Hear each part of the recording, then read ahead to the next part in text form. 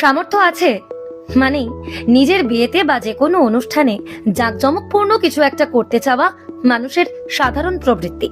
কিন্তু অসাধারণের দিকে ঝোঁকে কতজন বলুন তো? সামর্থ্য আছে মানেই বিয়েতে সেলিব্রিটি নিয়ে আসা নয়। কেউ কেউ বিয়েতে আমন্ত্রণ জানানোর কথা ভাবেন দৃষ্টিহীন এবং বৃদ্ধাশ্রমের আবাসিকদেরও।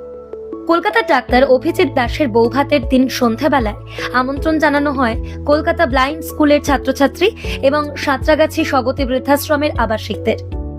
মা বাবার ইচ্ছে বিয়েতে এদের আমন্ত্রণ করা, ইচ্ছে অনুযায়ী করাও হলো তাই। আমন্ত্রণ জানাতে গিয়েই ব্লাইন্ড স্কুলের প্রিন্সিপালের মুখে শোনা গিয়েছে আক্ষেপের কথা।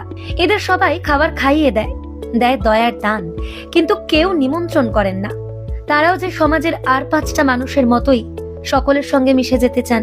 সমাজেরও যে উচিত তাদেরকে দয়ার দান নয়, বরং সসম্মানে আমন্ত্রণ জানাতে এগিয়ে যাওয়া।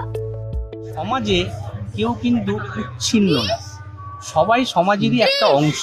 এদের কাছে আমি তাদেরকে একটা উচ্ছিন্ন অবস্থায় দেখেছি। সেই উচ্ছিন্ন অবস্থাটা কাটাতে হবে আমাকে, যেমন জ্ঞান প্রকারে।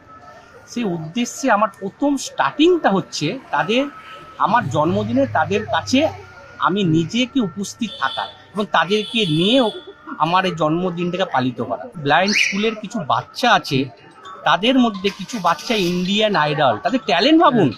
তাদের ভগবান কিন্তু দুটো চোখ দেয়নি, তাতে কি হয়েছে? সমাজে সবাই সুস্থ এবং সবাই সুন্দর থাকুক, এবং কেউ কাউকে কোনো মানুষকেই ছোট করা ঠিক না। বৃদ্ধাশ্রম থেকে সব মাদেরও পর্যন্ত এনেছি। কেন এনেছি?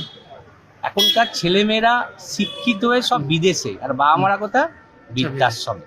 এই জিনিসটা একদম ঠিক না। আমার জীবনের বড় একটা দিন। আমি চাই জীবনের এই বড় দিনগুলোতে যে সমস্ত মানুষরা অনেকটা কারণের জন্য কোথাও না কোথাও পিছিয়ে আছে, তারা অন্তত সবার সামনে আসুক। আর এদের সবার সামনে আসাটা খুব বড় ব্যাপার।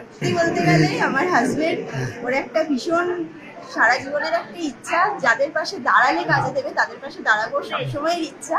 আমি অ্যাজ এ ওয়াইফ ওর পাশে সারা জীবন দাঁড়াতে চাই। তাই আমি চাই ও যেভাবে এগিয়ে যাচ্ছে কাজে, আমি সেভাবেই ওর সাথে কাজে এগিয়ে